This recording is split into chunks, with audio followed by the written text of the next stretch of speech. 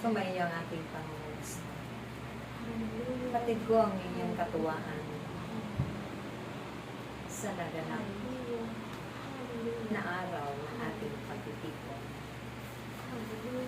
Yan ay isang himala ng Diyos sa inyo. Biyaya niya at ganting pagpapala niya sa lahat-lahat ng inyong pagtitiis at pagsasakripisyo, paglalaan ng oras at panahon para sa pagpapahalaga sa kanyang gawain. Naway ipagpatuloy ninyo ito aking mga anak. Pahalagahan ninyo at kalingain lagi ang gawain ng Diyos. Dahil ito ang magiging daan upang marami kayong maakay. Inyong mga kapwa-tao sa banal na pangalan ng Diyos. Lagi ninyong patutuhanan ang inyong mga karanasan sa inyong mga lumang buhay.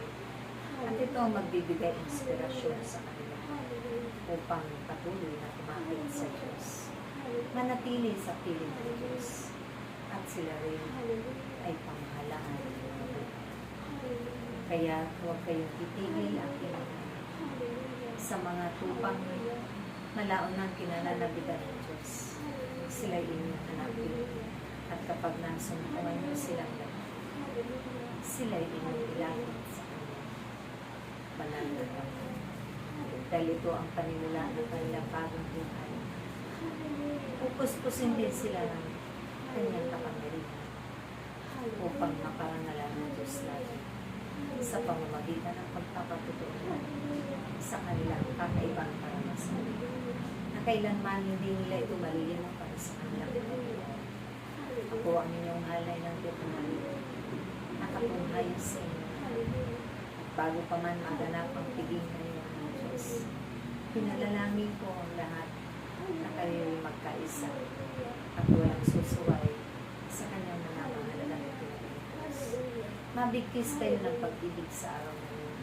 May malinis kayong pusong daladala at iaalay sa kanyang pananampalataya upang ang tagumpay ay laging mapapangalaman.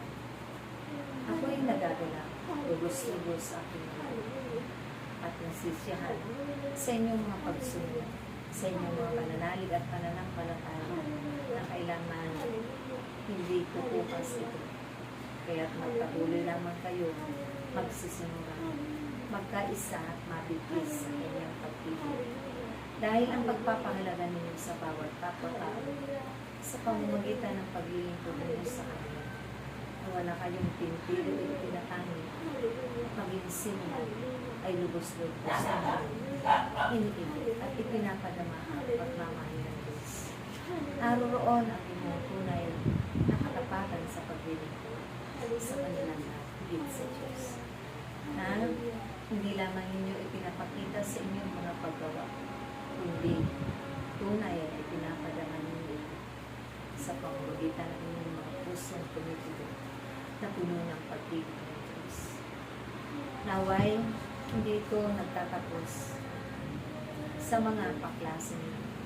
Magpatuloy lagi sa bawat rigid na kanyang itinakakda. Dahil kayo'y patuloy niyang titipunin at patuloy din siyang tatawag upang hiramin ang inyong mga kapwa-tao sa sanglibutan. Habang may panahon pa, magpatuloy kayo gumawa ng mabuti at pagbahagi. Sumayin niyo lagi ang aming paggabay. Sumayin niyo lagi ang aming pangunguna. Sumayin niyo lagi ang pagpapatuloy at paggawa sa pamamahala ng Diyos na makapangyarihan sa inyo. Sa lahat ng inyong pag-asa na kayo ay magtatagumpay, hindi kayo mabibigyan. Tunay na Diyos lamang ang kailangan ng lahat sa mga kanina. Mayaman man kayo sa pananalapit sa mga ito. Kung wala kayong pakikipagkakwa, magiging walang kabuluhan ang inyong mga buhay.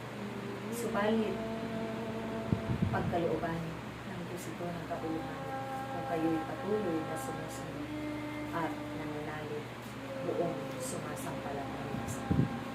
Maraming salamat, iniibig ko kayo hanggang sa muli nating pag-iipan.